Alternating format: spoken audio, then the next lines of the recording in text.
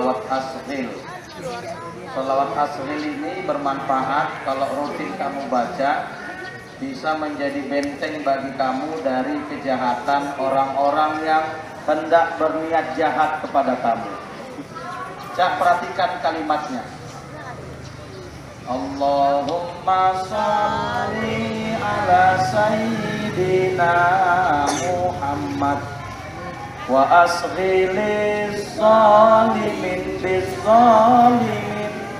Ya Allah, curahkanlah salawat dan salam kepada Nabi Muhammad, wa asghilis zalimin, dan sibukkanlah orang-orang zalim dengan orang-orang zalim, supaya zalim ketemu zalim. Apa arti zalim? Jahat.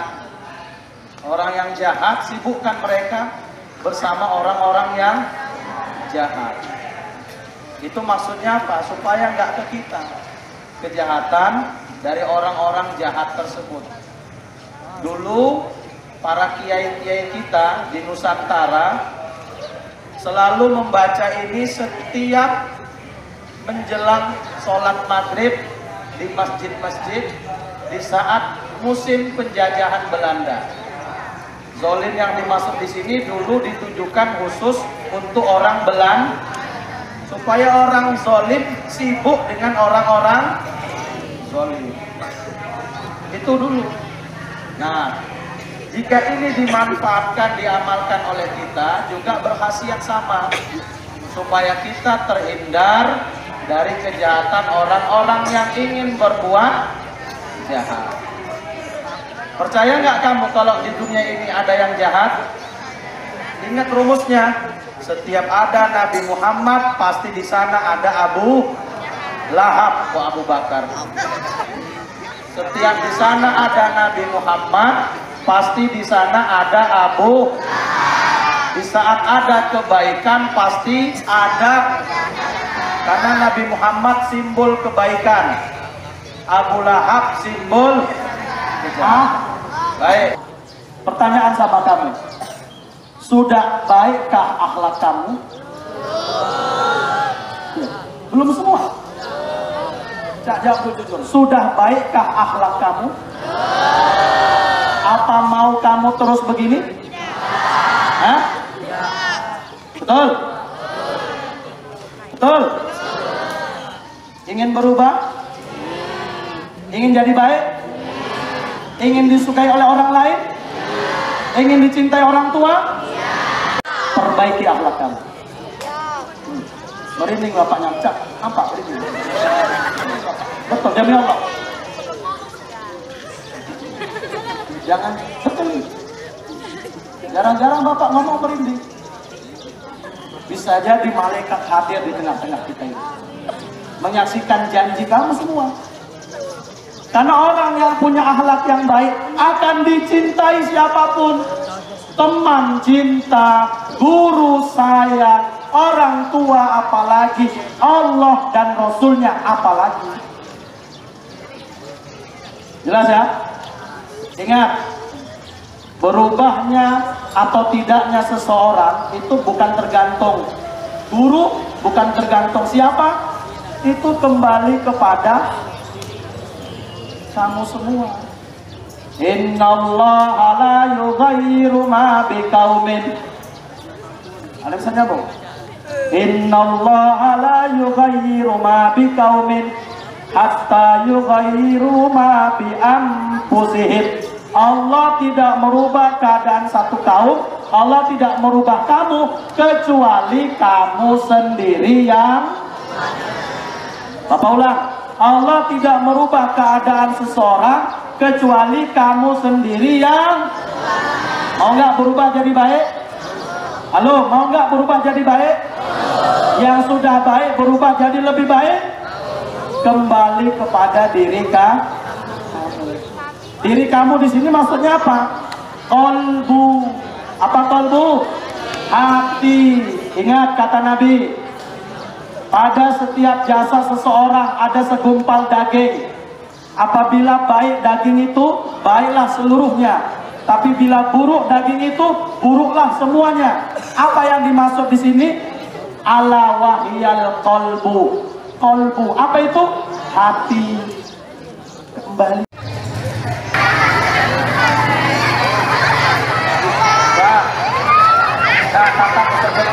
Ganteng nggak? Ganteng. Kalau dia sendiri ganteng, paling ganteng. Kalau dia masuk dia juga. Adalah masuk bapak lah. Ganteng cantik itu rela. Karena ada pantunnya itu. Bukan titik yang membuat tinta, tapi tinta yang membuat titik. Bukan cantik yang membuat cinta, tapi cinta yang membuat cantik.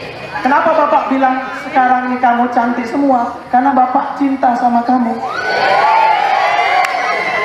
Orang kalau udah cinta,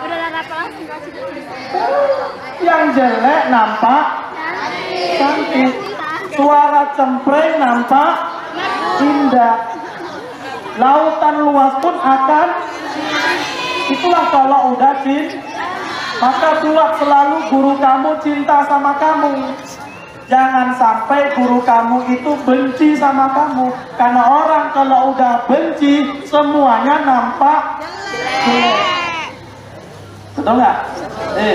Orang kalau udah benci semuanya nampak jelek. Tapi orang kalau udah cinta, jangan cinta diartikan dewasa ya.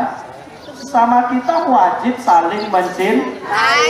Bukan hanya laki perempuan, perempuan laki-laki sama laki-laki, kita wajib saling mencintai. Bahkan sunat hukumnya mengatakan, wahai Luqman, uhibbuka fillah. Sunat walaupun sama laki-laki. Tak percaya. Saya bilang, uhibbuka fillah artinya I love you. Saya bilang, Luqman, aku cinta sama kamu.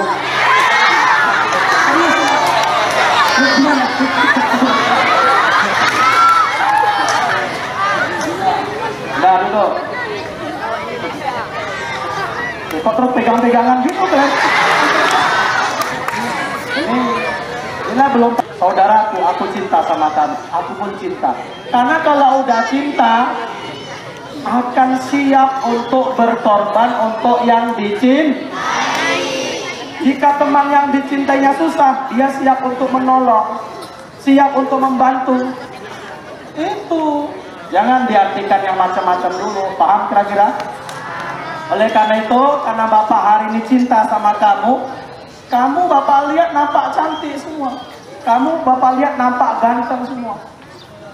Maka ini yang harus kamu jaga. Bagaimana guru-guru di MDS selalu cinta sama kamu. Jangan sampai di hati mereka tumbuh rasa benci.